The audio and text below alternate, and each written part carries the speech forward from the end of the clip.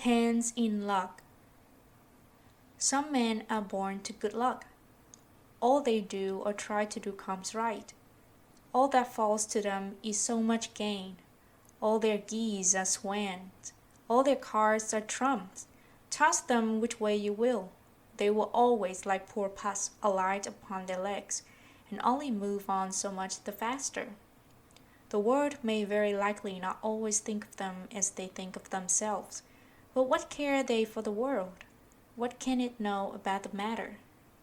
One of these lucky beings was neighbor Hans. 7 long years he has worked hard for his master. At last, he said, "Master, my time is up. I must go home and see my poor mother once more. So pray pay me my wages and let me go." And the master said, "You have been a faithful and good servant, Hans, so your pay shall be handsome." Then he gave him a lump of silver as big as his head. Hans took out his pocket handkerchief, put the piece of silver into it, threw it over his shoulder, and jogged off on his road homewards. Yet he went lazily on, dragging one foot after another. A man came in sight, trotting gaily along on a capital horse. "Ah!" said Hans loud. "What a fine thing it is to ride on horseback! There he sits as easy and happy as he was at home, in the chair by his fireside. He trips again no stone, safe shoe leather, and gets on he hardly knows how." Hans did not speak so softly, but the horseman heard it all, and said, "Well, friend, why do you go on your foot then?" "Ah," said he, "I have this load to carry. To be sure it is silver, but it is so heavy that I can't hold up my head, and you must know it hurts my shoulders sadly." "What do you say of making an exchange?" said the horseman. "I will give you my horse, and you shall give me the silver, which will save you a great deal of trouble in carrying such a heavy load about with you." "With all my heart," said Hans, "but as you are so kind to me, I must tell you one thing. You will have a weary task to draw that silver about with you." However, the horseman got off, took the silver, helped Hans up, gave him the bridle into one hand and the whip into the other, and said, "When you want to go very fast, smack your lips loudly together and cry, 'Chip!'" Hans was delighted as he sat on the horse, drew himself up, squared his elbows, turned out his toes, cracked his whip, and rode merrily off, 1 minute whistling a merry tune and another singing, "No care, no sorrow, a fig for the morrow, we laugh and be merry, sing nay down dairy." After a time, he thought he should like to go a little faster, so he smacked his lips and cried, "Chip!" Away went the horse full gallop, and before Hans knew what he was about, he was thrown off, and lay on his back by the roadside. His horse would have ran off, if a shepherd who was coming by, driving a cow, had not stopped it. Hans soon came to himself, and got upon his legs again, sadly vexed, and said to the shepherd, "This riding is no joke. When a man has the luck to get upon a beast like this, that stumbles and flings him off as it would break his neck. However, I'm off now, once for all. I like your cow now, a great deal better than this smart beast that played me this trick, and has spoiled my best coat you see in this puddle, which by the by smell not very like a nosegay. One can walk along at one's leisure behind that cow, keep good company, and have milk, butter, and cheese every day into the bargain. What would I give to have such a prize?" "Well," said the shepherd, "if you are so fond of her, I will change my cow for your horse. I like to do good to my neighbors, even though I lose it by myself." "Done," said Hans merrily. "What a noble heart that a good man has," thought he. Then the shepherd turned upon the horse, wished Hans the cow good morning, and away he rode. Hans brushed his coat, wiped his face and hands, rested a while, and then rode off his cow quietly, and thought his bargain is a very lucky one. If I have only a piece of bread, and I certainly shall always be able to get that, I can, whenever I like, eat my butter and cheese with it, and when I am thirsty, I can milk my cow and drink the milk, and what can I wish for more? When he came to an end, he halted, ate up all his bread, and gave away his last penny for a glass of beer. When he had rested himself, he set off again, driving his cow toward his mother village. But the heat grew greater as soon as noon came on, till at last he found himself on a wide heath that would take him more than an hour to cross. He began to be so hot and parched that his tongue clave to the roof of his mouth. I can find a cure for this, thought he. Now I will milk my cow and quench my thirst. So he tied her to the stump of a tree and held his lantern cap to milk into, but not a drop was to be had. Who would have thought that this cow, which was to bring him milk and butter and cheese, was all that time utterly dry? Hans had not thought of looking to that. While he was trying his luck in milking, and managing the matter very clumsily, the uneasy beast began to think him very troublesome, and at last gave him such a kick on the head as knocked him down, and there he lay a long while senseless.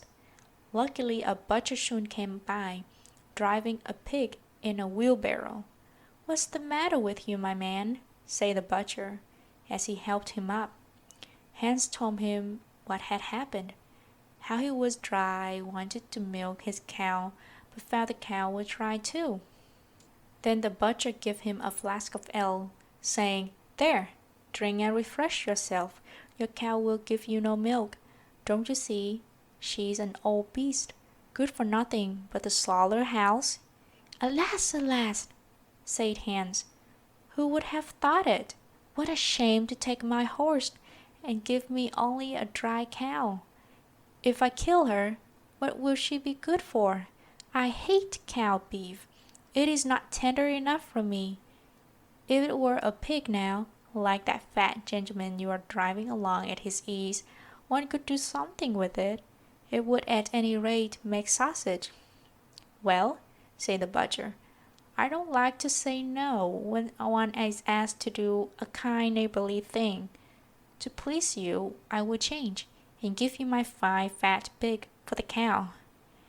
"Heaven reward you for the kindness and self-denial," said Hans, as he gave the butcher the cow, and taking the pig off the wheelbarrow, drove it away, holding it by the string that was tied to its leg. So on he jogged, and all seemed now to go right with him. He had met with some misfortune, to be sure, but he was now well repaid for all. How could it be otherwise with such a travelling companion as he had at last got? The next man he met was a countryman carrying a fine white goose. The countryman stopped to ask what was o'clock. This led to further chat, and Hans told him all his luck, how he had so many good bargains, and how all the world went gay and smiling with him. The countryman then began to tell his tale, and he said he was going to take the goose to a christening. "Feel," said he, "how heavy it is, and yet it is only 8 weeks old. Whoever roasts and eats it will find plenty of fat upon it. It has lived so well." "You are right," said Hans, as he weighted it in his hand. "But if you talk of fat, my pig is no trifle." Meantime the countryman began to look grave, and he shook his head. "Hark ye," said he, "my worthy friend, you seem a good sort of fellow, so I can't help doing you a kind turn. Your pig may get you into a scrape. In the village I just came from, the squire has had a pig stolen out of his stall. I was dreadfully afraid when I saw you that you had got a squirrel pig. If you have, they catched you. It would be a bad job for you. The least they would do would be to throw you into the horse pond. Can you swim?" Poor Hans was sadly frightened. "Good man," cried he, "pray get me out of this scrape. I know nothing of where the pig was either bred or born, but he may have been the sword for aught I can tell. You know this country better than I do. Take my pig and give me the goose." "I ought to have something into the bargain," said the countryman. "Give a fat goose for a pig, indeed! 'Tis not everyone would do so much for you as that. However, I will not be hard upon you, as you are in trouble." Then he took the string in his hand and drove off the pig by the side path, while Hans went off the way homewards free from care. "After all," he thought, "that chap is pretty well taken in. I don't care whose pig it is, but wherever it came from, it has been a very good friend to me. I have much the best of the bargain.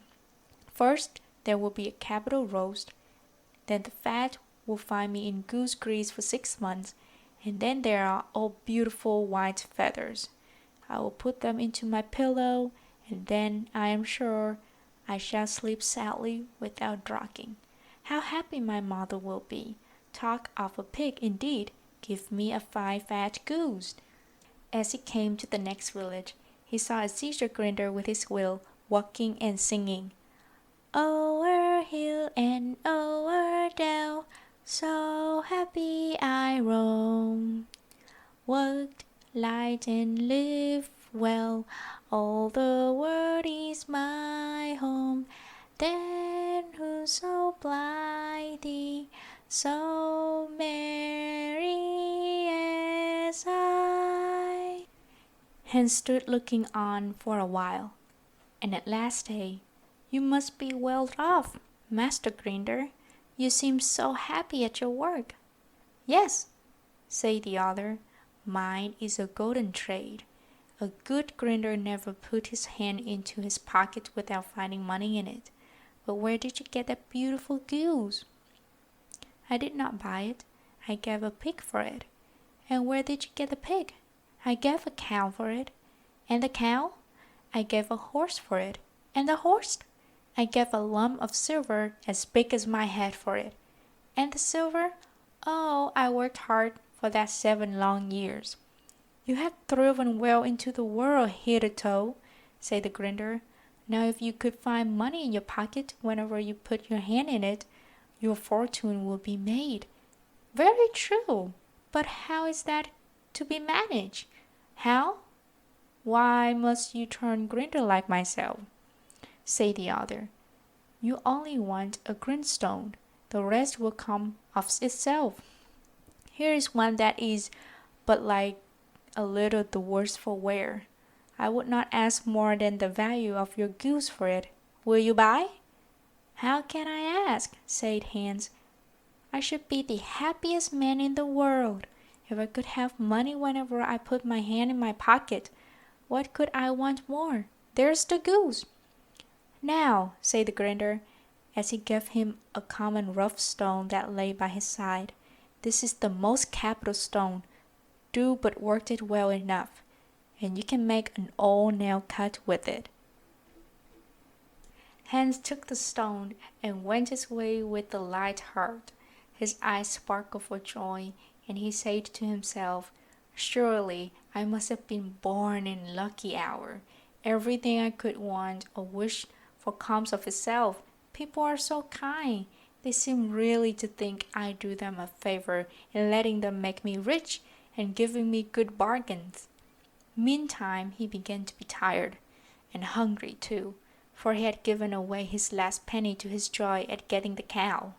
At last he could go no farther, for the stone tired him sadly, and he dragged himself to the side of a river, that he might take a drink of water and rest a while.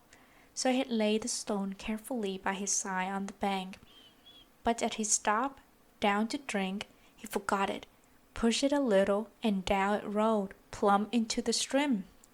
For a while he watched it sinking in the deep clear water, then sprang up and danced for joy, and again fell upon his knee and thanked heaven, with tears in his eyes, for its kindness in taking away his only plague, the ugly heavy stone. "How happy I am!" cried he. "Nobody was ever so lucky as I."